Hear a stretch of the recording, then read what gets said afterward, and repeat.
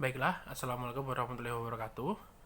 Hari ini Bapak akan melanjutkan materi dari mata kuliah KPK 4 tentang yang mana ini adalah materi ke-10 dari mata kuliah tersebut tentang WHO Patient Safety and 9 Solution Patient Safety. Jadi patient safety yang dikeluarkan menurut WHO intinya itulah ya. Seperti yang sudah Bapak sebutkan sebelumnya, kalau untuk yang menurut PMK peraturan menteri kesehatan itu tentang patient safety itu ada 6 sasaran dari patient safety. Nah, untuk WHO memiliki 9 solusi dari patient safety. Nanti Bapak jelaskan satu persatu. Nah, pendahuluan.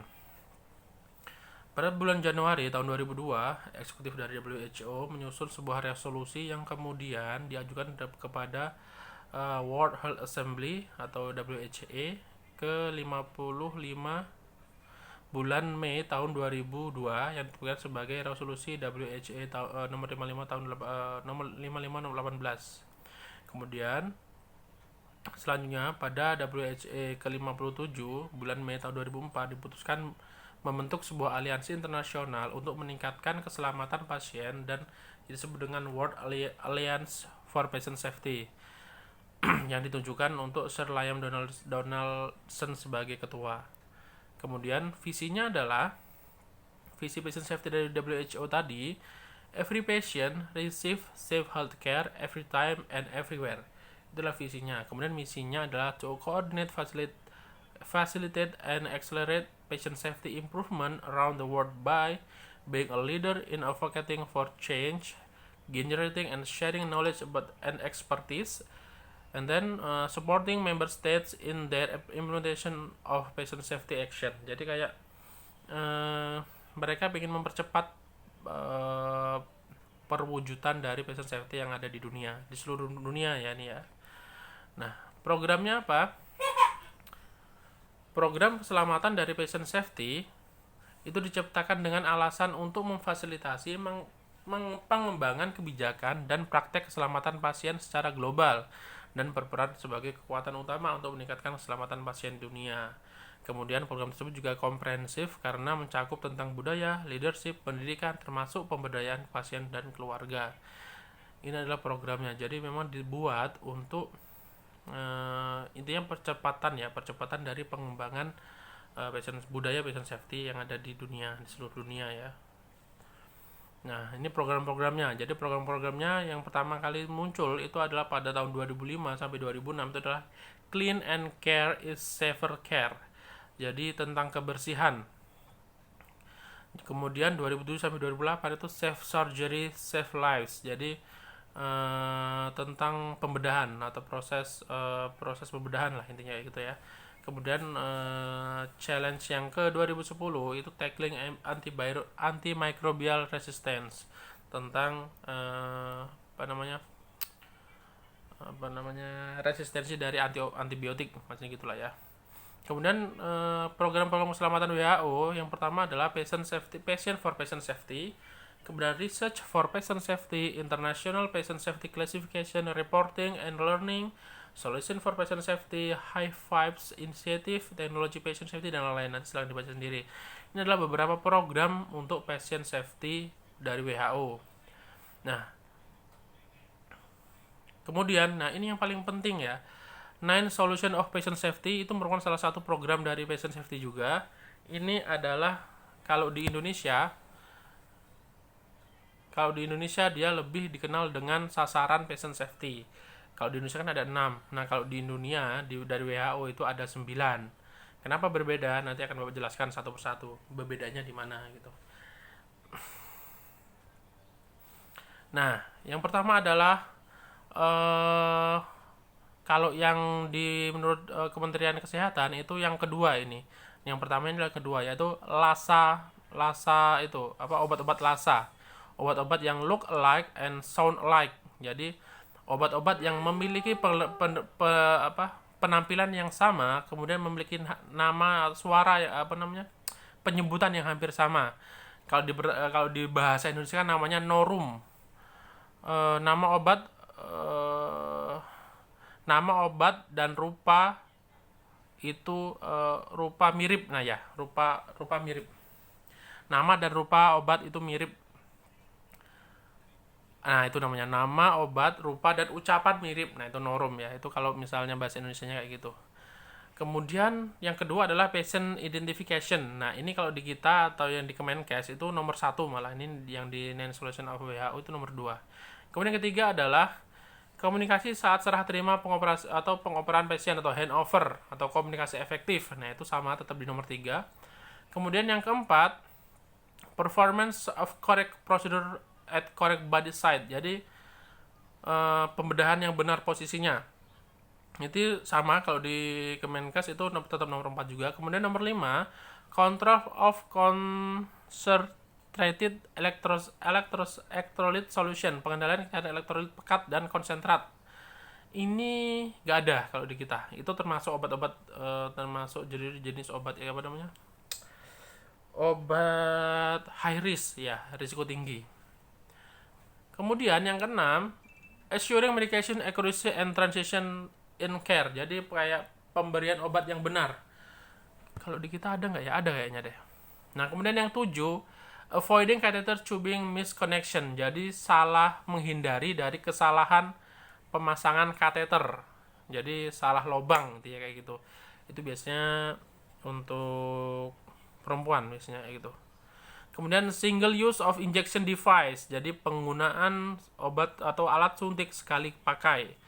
Itu di kita juga belum nggak ada itu. Kemudian yang ke-9 itu adalah improve hand hygiene, prevent healthcare associated infection. Itu adalah pencegahan infeksi nosokomial. Ada kalau di kita itu infeksi nosokomial. Nah, ini dia lebih nggak ke khusus ke infeksi nosokomial, kok nosokomial, tapi juga hand hygiene secara keseluruhan. Jadi peningkatan hand hygiene atau kebersihan tangan dalam pelaksanaan pelayanan keperawatan atau kesehatan. Jadi sebelum dan setelah menyentuh pasien itu wajib cuci tangan. Ada itu ya. Jadi ini adalah beberapa solusi dari patient safety dari WHO. Nah, ini akan Bapak jelaskan satu persatu. Yang pertama adalah LASA atau look like sound like medication name atau NORUM tadi, nama obat, rupa dan ucapan mirip. Nah, sebelum memberikan obat ke pasien, cek tujuan pemberian obat pada resep atau instruksi dokter dan rekam medis pasien. Jadi sebelum memberikan obat wajib double check atau triple check bahkan benar nggak sih ini yang diresepkan, benar nggak sih ini yang ditulis sama dokter atau instruksi dokter yang ada di rekam medis gitu. Kemudian adalah sebelum memberikan obat, cek kecocokan obat yang akan diberikan dengan diagnosa medis pasien. Nah, setelah kita cek, ternyata sepertinya kok nggak cocok dengan diagnosa medis pasien. Karena mungkin ada juga kalau misalnya yang membuat tulisan itu adalah residennya, itu biasanya kadang ada juga yang salah tulis atau mungkin hanya mengikuti yang sebelumnya, yang mana itu sebenarnya adalah bukan khusus untuk dia. Jadi istilahnya sudah ini nggak cocok untuk pasien ini, kenapa diberikan gitu. Kemudian pada obat yang hafal, label dan obat yang diberikan perlu dibaca secara cermat, mengenali obat secara visual, fisik, penyimpanan, serta tanda spesifik lainnya. Jadi walaupun kita sudah hafal ini, ini obat ini, tapi kita perlu baca benar. Kita perlu baca lagi bahwa obat itu adalah obat yang benar gitu. Kemudian pisahkan penempatan obat yang mirip atau norum tadi. Jadi kalau ada obat-obatan yang bentuknya sama, warnanya sama, namanya sama, jenisnya yang mana itu berbeda obatnya, itu harus dipisahkan tempatnya biar kita tidak salah ambil. Kemudian berikan penjelasan kepada pasien dan keluarga tentang obat-obatan yang mirip namanya, bentuknya, kemudian dikonsumsi pasien. Jadi pemberian informasi atau pendidikan kesehatan kepada pasien tentang obat-obat yang LASA tadi, look like and sound alike. Selanjutnya adalah nomor 2. Yang nomor 2 ini adalah pastikan identifikasi pasien. Seperti yang sudah Bapak jelaskan sebelumnya, sebelum kita memberikan injeksi atau pengobatan kepada pasien, kita wajib double check pasien. Misalnya cek identitas. Yang jelas yang pertama adalah yang kita cek itu adalah di gelangnya. Kita tanya, "Bu, namanya siapa?" Kita baca gelangnya sambil dengarkan ibunya ngomong, "Oh, benar namanya." Dan biasanya kan kalau di pasien di rumah sakit itu pasti ada bin atau bintinya. Misalnya nama, kemudian binti siapa gitu. Itu ada biasanya. Jadi dijelaskan nama ayahnya itu siapa gitu. Kemudian digunakan minimal 2 jenis identitas. Misalnya nama dan tanggal lahir. Misalnya tanya, Bu, namanya siapa? Lahirnya kapan, Bu? Nah, gitu. Kemudian, Bu, nama ayahnya siapa? Nah, gitu. Pasti wajib dikonfirmasi dari 2 identitas. Kadang ada yang namanya sama, ternyata bintinya berbeda gitu. Kemudian, cek identitas pasien dengan mencocokkan dan kebutuhan perawatan, misalnya tindakan medis dan laboratorium. Jadi memang benar-benar dicek lagi, benar nggak sih pasien ini yang mau di lab, cek lab gitu dan lain-lain. Kemudian, terapkan standarisasi dalam identifikasi pasien sesuai prosedur yang ada, misalnya gelang warna tertentu dengan tulisan nama dan tanggal lahir. Kemudian ada protokol identifikasi dengan nama yang sama atau pasien-pasien yang tidak diketahui rumah namanya untuk mengikuti protokol tersebut. Jadi ada protokol khusus yang mana kalau misalnya ada pasien yang namanya sama, harus kita apain sih gitu. Kemudian yang ketiga adalah komunikasi secara efektif saat serah terima atau pengoperan pasien. Yang pertama adalah lakukan operan pasien pada saat pergantian dinas jaga. Jadi operannya itu langsung operan pasien, bukan operan alat gitu ya. Kemudian lakukan operan dengan petugas tempat perawatan. Selanjutnya operan dengan petugas dapat selanjutnya saat pasien dipindahkan ke perawatan atau tindakan lainnya.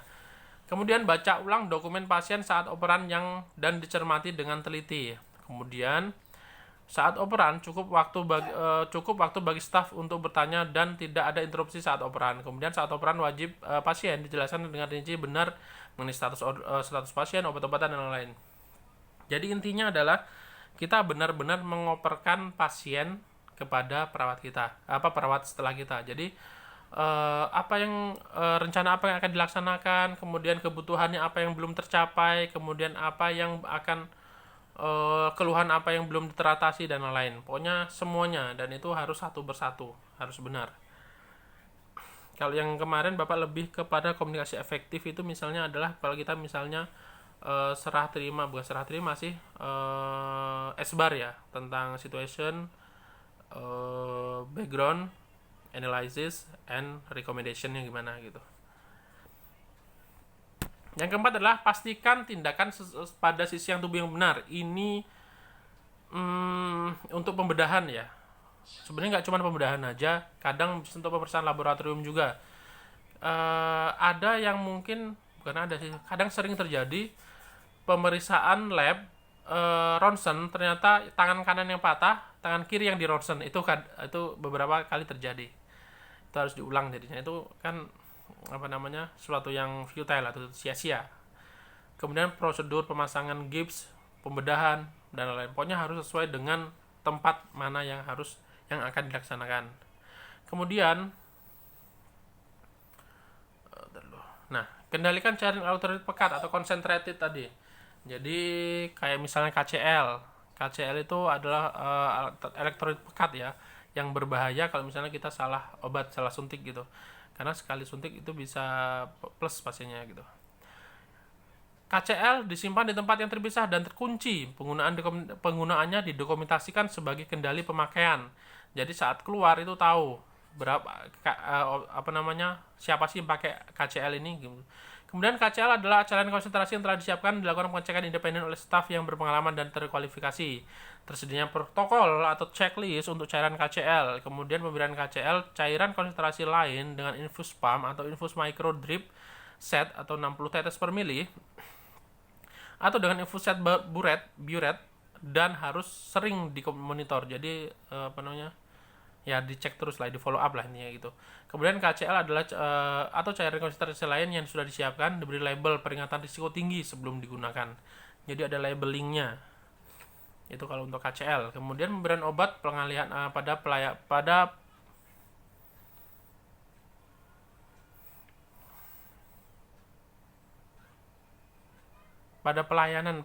pelayanan maksudnya gimana ya? Intinya adalah pastikan obat yang yang berikan itu benar gitu lah ya intinya ya.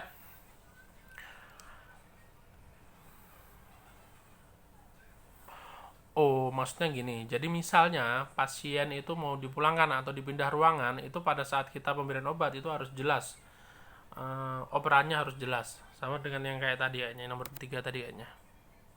Kemudian nomor 7. Nah, ini hindari salah pemasangan kateter, salah sambung atau salah tempat lah kayak gitulah ini ya. Tidak memperbolehkan staf non-klinis atau pasien atau keluarga untuk menyambungkan atau melepas sambungan selang. Bantuan harus selalu ditujukan oleh staf klinis. Jadi emang benar-benar hanya petugas kesehatan yang boleh memasang menyambungkan kateter pun harus kita gitu. Kemudian beri label pada kateter berisiko tinggi, misalnya kateter arteri, epidural, intratracheal, dan hindari penggunaan kateter dengan injection port pada peralatan ini. Kemudian jelaskan jalur-jalur selang yang sesuai dengan standar masing-masing bagi jalur selang pasien saat operan pasien. Jadi misalnya ada pasien terpasang 3-way, oh ini satu ini untuk apa, ini untuk apa, ini untuk apa gitu, harus dijelaskan gitu ya. 3-way itu adalah yang mana selangnya ada 3 cabang gitu, mau kemana. Kemudian buat alur dasar untuk koneksi semua selang dan verifikasi ujung selang sebelum membuat koneksi atau melepas sambungan atau membuat cairan memberikan obat atau cairan atau produk lain gitu ya. Lakukan training pengenaan bahaya salah sambung selang peralatan pengguna pada staf klinis. Jadi pendidikan kesehatan pada staf klinis yang lain gitu. Ini ada salah sambung dari pada selang.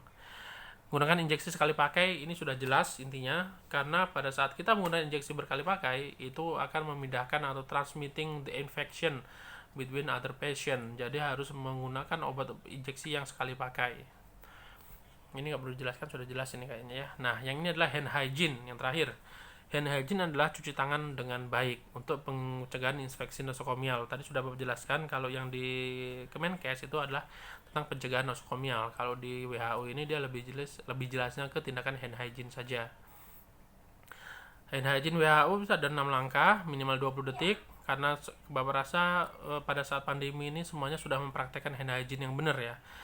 Kita harus hafal hand hygiene yang benar 6 langkah cuci tangan. Tujuannya apa sih hand hygiene 6 langkah itu? Agar seluruh tangan itu memiliki terkena sabun gitu ya. Harus hafal karena kalau misalnya kita pada saat kita cuci tangan itu kita bisa memberikan edukasi langsung ke lingkungan bahwa oh yang benar tuh kayak gini gitu, minimal 20 detik dan lain-lain gitu. Nah, ini kepemimpinan keselamatan pasien sebenarnya nggak usah terlalu dibahas, nanti dibaca sendiri saja. Bapak rasa selesai karena untuk 9 solution of